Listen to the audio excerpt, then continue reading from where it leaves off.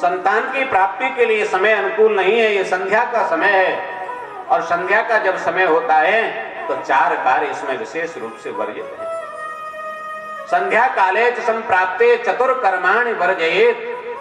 संध्या के समय पर 4 कार्य जो हैं वो नहीं करने चाहिए। आहारे मैथुनम निद्राम स्वाध्यायम च विशेषतः। जब दोनों वक्त मिल रहे हों तब भोजन नहीं करना चाहिए। जब दोनों वक्त मिल रहे हो, संध्या का समय हो, तब पढ़ना भी नहीं चाहिए, स्वाध्याय नहीं करना चाहिए। जब दोनों वक्त मिल रहे हो, संध्या का समय हो, तो सोना नहीं चाहिए। और जब दोनों वक्त मिल रहे हो, संध्या का समय हो, तब कोई भी काम चर्चा नहीं करनी चाहिए। ये संध्या काल जो है ये भगवान की आराधना का समय होता है।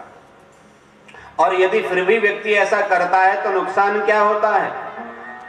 बोले आहारे जायते व्याधि गर्भदुष्टश्च मैथुने निद्रायां हरते लक्ष्मी स्वाध्यायो मरणं ध्रुवम्। आहारे जायते व्याधि, यदि इस समय भोजन करेंगे तो रोग उत्पन्न हो जाएगा। इस समय काम चर्चा करेंगे तो जो बच्चा पैदा होगा वो दुष्ट होगा, राक्षस प्रवृत्ति का होगा। और इस समय यदि सोएंगे तो लक्ष्मी घर से दूर चली जाएंगी। और इस समय यदि स्वाध्याय करेंगे तो जो आप पढ़ेंगे उसको भूल जाएंगे, उसको याद नहीं रह पाएंगे। इसलिए देवी ये समय ठीक नहीं है, किंतु ये नहीं मानी। तो इन्होंने कहा कि ठीक है, तुम्हारे यहाँ पुत्र तो होगा किंतु राक्षस होगा। अब तो ये प्रार्थना करने लगी तो इन्होंने कहा पुत्र तो तुम्हारा राक्षस होगे, किंतु जो तुम्हारा पौत्र होगा ना वो भगवान का भक्त होगा, उसका नाम प्रहलाद होगा। इस प्रकार से इन्होंने सुंदर जो है वो आशीर्वाद इनको प्रदान कर दिया। बोले भक्तवत्सल भगवान की जय, बोले कृष्ण कन्हैया लाल की जय। तो दिति के गर्भ से 100 वर्षों के बाद 2 पुत्रों का जन्म हुआ। एक का नाम है हिरण्याक्ष और एक का नाम है हिरण्याकश्यप। पूर्णे वर्ष सते साध्वी पुत्रो प्रसुश्रुवे यमौ। युगल 2 पुत्रों को इन्होंने जन्म दिया, किंतु दोनों ही राक्षसी प्रवृत्ति के हुए। दोनों ने तपस्या से ब्रह्मा जी को प्रसन्न कर लिया और इन्होंने अनेक वरदान प्राप्त कर लिए। वरदानों में इन्होंने अनेक वरदान प्राप्त किए और वरदान प्राप्त करके अब तो ये भगवान से लड़ने के लिए ही तैयार हो गए। कोई लड़ने वाला नहीं मिल रहा है, लड़ने वाला देख रहे हैं। नारद जी मिल गए बीणा बजाते हुए, इन्होंने कहा गदा लेकर के हमारे साथ युद्ध करो। नारद जी ने कहा भैया लड़ना तो हम पे नहीं आ गए, किंतु हम लड़ाना बहुत अच्छी तरह जानते हैं। तुम चाहो तो बहुत तुम्हारे अनुकूल योद्धा बता सकते हैं। बोले हाँ बताओ। बोले पृथ्वी को लेकर के इधर से एक सूकर आ रहा होगा, उससे जाकर के भिड़ जाना, तुम्हारी खुजली सदा सदा के लिए वो मिटा देगा। पृथ्वी रसातल को चली गई थी, भगवान ने अवतार लिया सूकर रूप में। बोले सूकर भगवान की जय। पृथ्वी का उद्धार करके उसको धारण करके भगवान आ रहे थे। हिरण्याक्ष गया और लड़ने के लिए प्रयास करने लगा। बात बातों में गाली गलौज हुआ और फिर युद्ध प्रारंभ हो गया। हिरण्याक्ष ने कहा अरे देखो वन गोचर हो। वन गोचर जैसे ही कहा तो भगवान को क्रोध आ गया। भगवान ने कहा तुम ठीक कहते हो कि सत्यम वयं भो वन गोचरा मृगा युष्मद्युधान मृगये ग्राम सिंहान न मृत्युपाशये प्रतिमुक्तश्च वीर्या विकथनम तव गृह्णन्त्य भद्रा।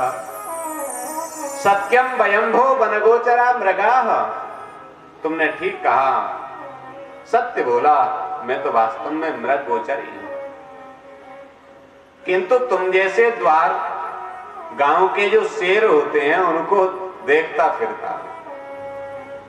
गांव के शेर किसे कहते हैं पता है? गांव का शेर होता है कुत्ता। हिरण्याक्ष ने कहा अच्छा मुझे ग्राम सिंह कहते हो, कुत्ता कहते हो। बात विवाद हुआ, लड़ाई प्रारंभ हो गई। अंत में भगवान ने हिरण्याक्ष का उद्धार कर दिया। बोले भक्त वत्सल भगवान की जय, बोले कृष्ण कन्हैया लाल की जय। पृथ्वी की स्थापना कर दे। हिरण्याकशिपु जो बहुत दुखी हुआ, तपस्या करने के लिए चला गया और इसने अनंत वरदान ब्रह्मा जी से प्राप्त किए। पृथ्वी का अभिमान भी भगवान ने दूर किया। ब्रह्मा जी ने अनंत प्रकार की सृष्टि को बढ़ाया। 4 प्रकार की सृष्टि विशेष रूप से की। अंडज, श्वेतज, उद्भिज और जरायुज। अंडज माने सर्प आदि, श्वेतज माने मत्स्य आदि और उद्भिज माने वृक्ष आदि और जरायुज माने पशु पक्षी आदि, मनुष्य आदि। किंतु जो भी पुत्र उत्पन्न किए सभी वन को चले गए। सनकादिक आए, वो भी वन को चले गए तपस्या करने के लिए। सृष्टि करने से मना कर दिया तो फिर ब्रह्मा जी ने 10 पुत्रों को उत्पन्न किया। कि मन से मरीचि को उत्पन्न किया, इन्होंने नेत्र से अत्रि को उत्पन्न किया, मुख से अंगिरा को उत्पन्न किया, कर्ण से पुलस्त्य को, नाभि से पुलह को, कर से क्रतु को, त्वचा से भृगु को, प्राण से वशिष्ठ को, अंगुष्ठ से यक्ष को और गोद से इन्होंने नारद को। ये 10 के 10 जो मानस पुत्र थे, इन्होंने भी सृष्टि करने से मना कर दिया और ये भी तपस्या करने के लिए वन के लिए प्रस्थान कर गए। बोले भक्त वत्सल भगवान की जय। अब तो ब्रह्मा जी परेशान हुए, तब इन्होंने अपने दाएं अंग से मनु और बाएं अंग से, दाएं अंग से मनु और बाएं अंग से शत्रुपा का प्रादुर्भाव किया और मनु और शत्रुपा से ही जो है वो मैथुनी सृष्टि प्रारंभ हुई। हम सब मनु की ही संतान हैं, इसलिए हमको मानव कहा जाता है। मनोजाता इति मानवा।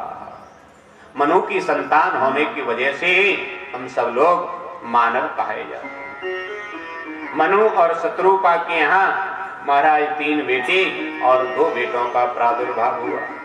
2 बेटे हैं प्रियव्रत और उत्तानपाद और 3 बेटियां हैं आकुति, देवहूति और प्रसूति। विदुर जी ने बीच में मैत्री जी से एक प्रश्न कर दिया कि क्या ब्रह्मा जी के जो 10 पुत्र थे उन्होंने किसी प्रकार से सृष्टि वृद्धि में कोई सहयोग प्रदान नहीं किया? तो मैत्री जी ने कहा हाँ, जो कर्दम ऋषि थे, कर्दम ऋषि तपस्या कर रहे थे, भगवान आए, भगवान ने आदेश दिया कर्दम जी तुम्हें विवाह करना चाहिए। इन्होंने कहा मेरा तो कोई मन नहीं है। बोले हमारा आदेश है। कर्दम जी ने कहा आपका आदेश है तो आपको भी मेरी एक विनती स्वीकार करनी पड़ेगी, आपको मेरे यहाँ पुत्र बन करके आना होगा। भगवान ने कहा ठीक है, हमें शर्त मंजूर है। इधर भगवान की प्रेरणा से और मनु महाराज अपनी बीच की पुत्री देवहूति को लेकर के कर्दम जी के पास पहुंचे। कर्दम जी ने आसन दे करके और देवहूति की परीक्षा ली और देवहूति का विवाह कर्दम ऋषि के साथ हो गया।